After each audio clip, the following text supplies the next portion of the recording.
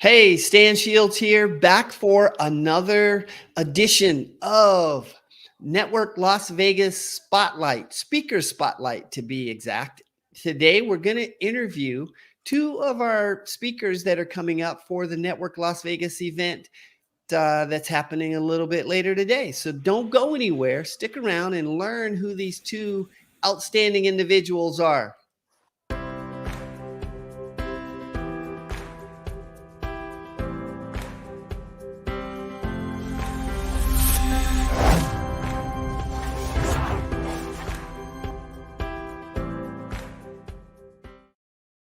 All right, welcome back.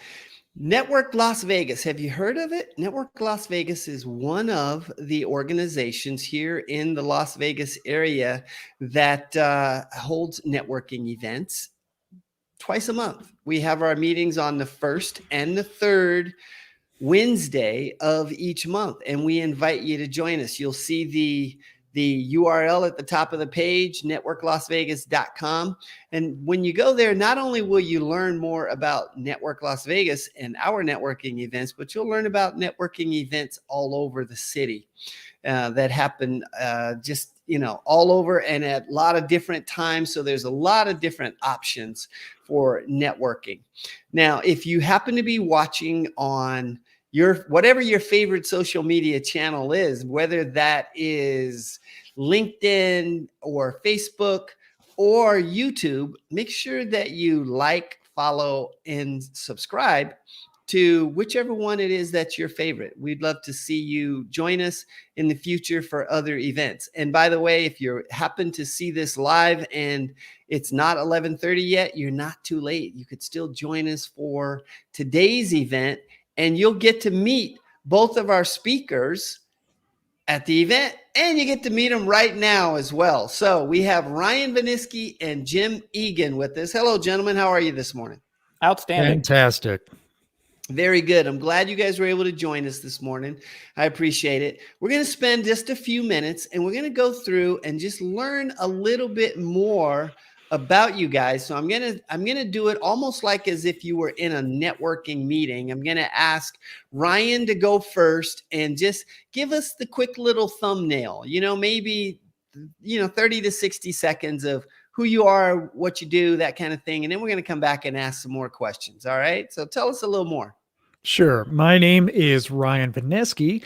I am a professional voice actor or a voiceover artist. So basically what I do is I can be the voice of your business. I speak for commercials, information videos, trainings and e-learnings, and even telephone messages for your business to give your business a more professional sound and image to the public.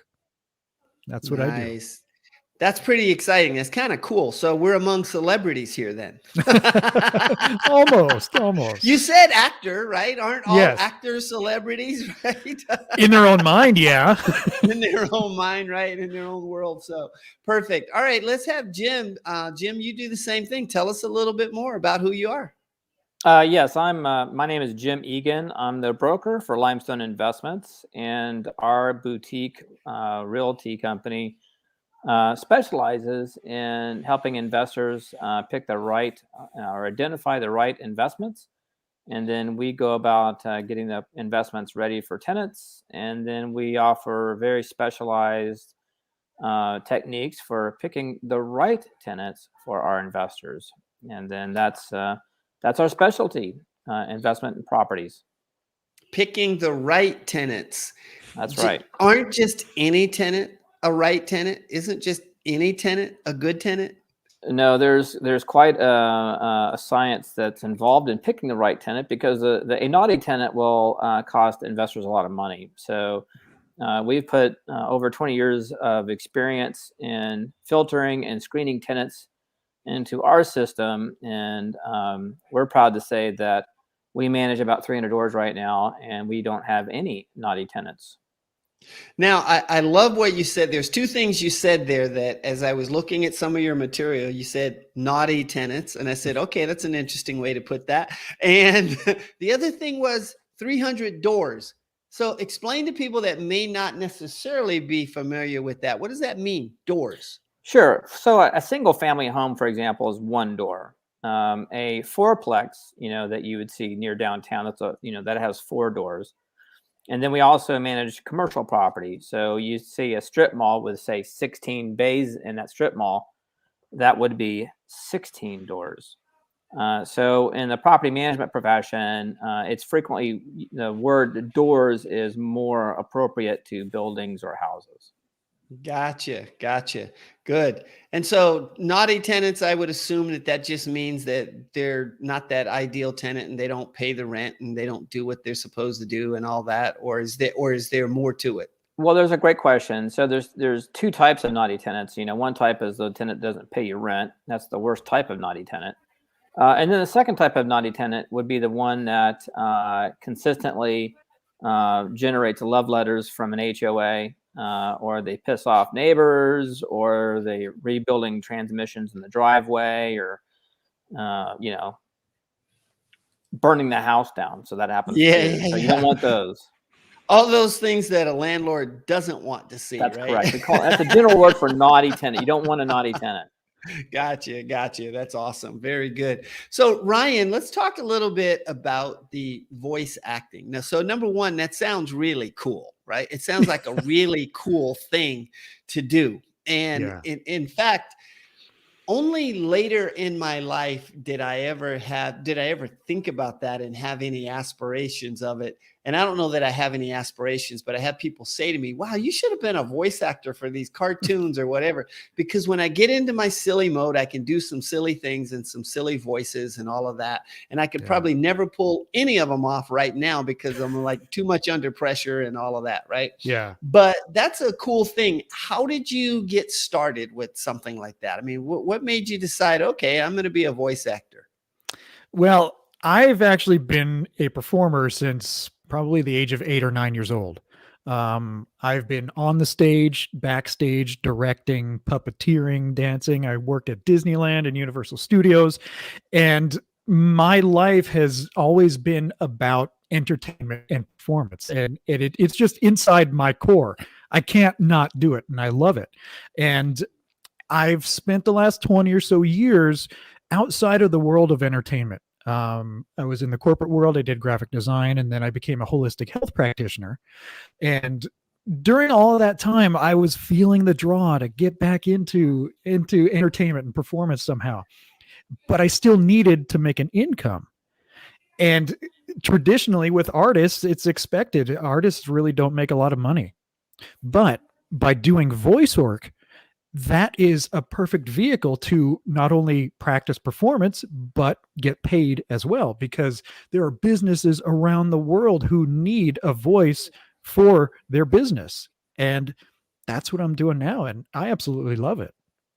So that's a great point there then, that just because being a voice actor, or you hear the term actor, actress, any of that, you associate that with Hollywood or television or, something along those lines. But you mentioned businesses needing voice actors. So why would a business need a voice actor? Well, every good business has a brand. It's an identifiable look, a logo, a jingle, a personality. Think of, let's say, Adidas or Nike or Louis Vuitton or BMW. They have a very distinct way of doing their advertising. It's their brand. And most good companies will also have a voice to go along with that brand, a recognizable sound that they are producing. And having that professional voice brings up the professional image of the company. And you could consider the idea of having a voice actor it really is acting. It's not just someone reading a script that they see on paper. You're actually creating a performance. You are playing a character for the audience that is listening. And the difference between just an average person reading a script and a voice actor doing the script for you, it's like, imagine, I'm sure you've seen a PowerPoint presentation that is really bland. It's just a white screen with black letters, and there's way too many bullet points across the screen. That's a standard person speaking a script. Compare that to a really good presentation that's rich with color, that has some tasteful animation, nice pictures that are really appropriate for the content that's going on there. It's a different image. It's a different feeling when you're experiencing that. And that's what a voice actor brings to the script or whatever it is that the business needs spoken for them. Okay. Now, are you finding that that the work is coming from companies locally, or is it something where you work with companies all over the country or even in other countries? How does that work? It's all over the world, because the beauty of this work is it's all done online. I have my own professional studio in my home where I record everything in a silent space, and then I do all of the editing myself, and I simply deliver a file, and it could go anywhere. So that could be someone here in Las Vegas, or it could be someone in the UK. It doesn't Nice. matter. Okay, very good. That's really cool. So now, Jim, pop back over to you just a second here. Tell us a little bit more in terms of who are the ideal clients for you? Who is it who are the right people or businesses or whatever that would need to connect with you and use your services? Well, in real estate, we go through different cycles. So right now, most of our investors have, fled the country, because really there's nothing worth buying at the moment.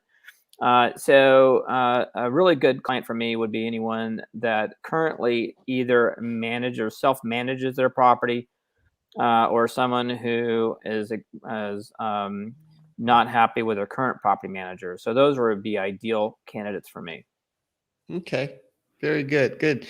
How about you, Ryan? What would you say? Who's the ideal customer? Who is it that, who would you like to meet? Or if somebody's watching this, who should they talk to for you to introduce you to people or something like that? Do you get what I'm trying to say? Yeah, I get what you're trying to say.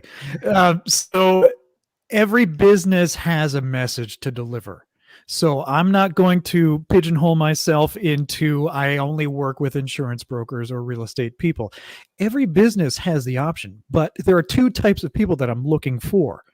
There's one type, which is someone who is not comfortable with speaking on camera or recording themselves or in front of people. I can be that voice for them. And then the other person is someone who is really good at selling. They give a great pitch, but if you have me present the offer and then you do the pitch and you sell it, the contrast between the two voices and personalities actually makes the sale more enticing to the buyer. So I'm looking for those types of people. Nice. Very good. Well, that is fantastic. So we're at about 15 or coming up on 15 minutes, I guess. And we usually try and keep this fairly short, but do either of you have any final words that you'd like to say before we end the broadcast? Well, I'm grateful for this opportunity to be able to be live and to speak with you folks, and to just share networking and community. Thank you. Awesome. Very good. So, all right, now don't go anywhere. All right. So there you go. Another edition of Network Las Vegas Spotlight or Speaker Spotlight. And we again invite you to come and join us for a Network Las Vegas networking meeting on the first and third Wednesday of each month. And you can find us again. It's networklasvegas.com. Pretty easy to find us and register for an event. So do that. Come join us and hang out with us a little bit. It'd be fun. And we'll see you the next time around. So make it a great day and a great week.